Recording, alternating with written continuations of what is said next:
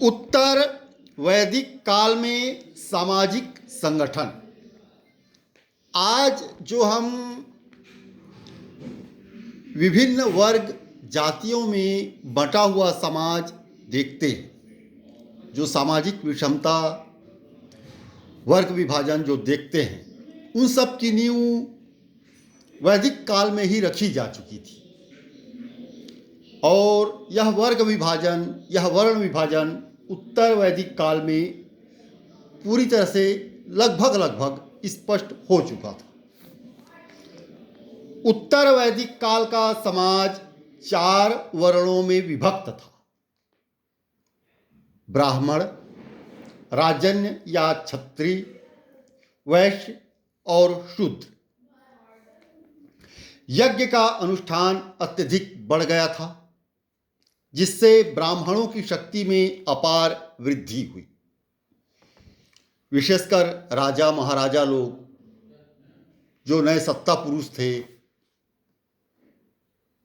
वे विभिन्न प्रकार के यज्ञ का आयोजन करते थे, धार्मिक कर्मकांड आयोजित करते थे, और इन सब में ब्राह्मणों की विशिष्ट भूमिका होती थी। ब्राह्मण ही यज्ञ का आयोजन पूर्ण करते थे।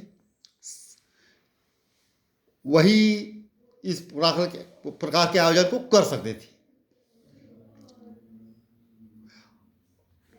और इससे ब्राह्मणों की शक्ति में अपार वृद्धि हुई। राजा के लिए वे आवश्यक थे, धार्मिक कर्मकांड के लिए, विभिन्न धार्मिक सलाह के लिए, और अन्य वर्गों के लिए भी, जैसे सामूहिक धार्मिक कर्मकांडों का आयोजन, इसमें भी ब्राह्मणों की ही भूमिका होती थी। उनके बिना कोई भी यज्ञ, पूजा पाठ, धार्मिक कर्मकांड का आयोजन, इसकी कल्पना नहीं की जा सकती।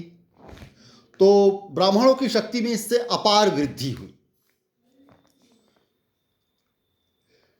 आरंभ में 6 प्रकार के पुरोहितों में केवल एक ब्राह्मण होते थे, किंतु धीरे धीरे ब्राह्मण अन्य द्विजों को दबाते गए और स्वयं उत्तम वर्ण बन गए।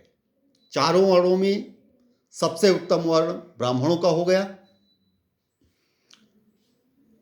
पुरोहित वर्ग की यह प्रमुखता एक विलक्षण बात, जो भारत से बाहर के आर्यों के समाज में नहीं पाई जाती है। ऐसा प्रतीत होता है ब्राह्मण वर्ण की स्थापना में आर्येतर तत्वों का हाथ रहा होगा।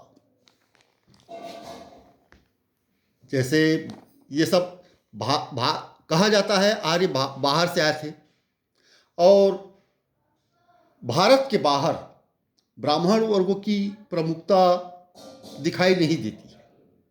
ये यही दिखाई देती है, भारत में ही दिखाई देती है।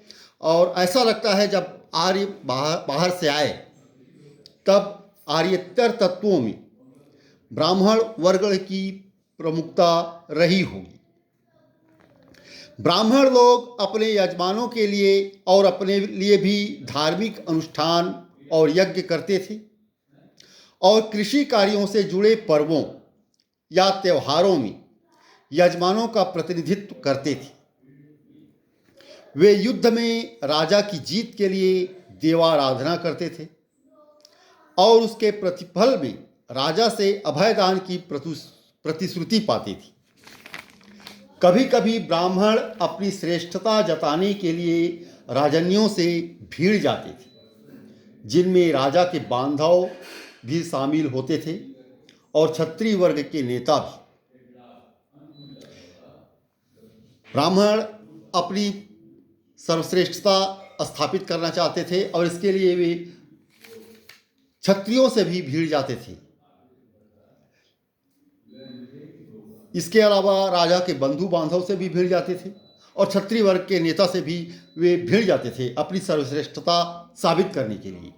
लेकिन निचले 2 वर्णों से सामना होने की स्थिति में ऊपर के ये दोनों वर्ग, ब्राह्मण और क्षत्रिय, तुरंत आपसी झगड़ा भूल जाते थे।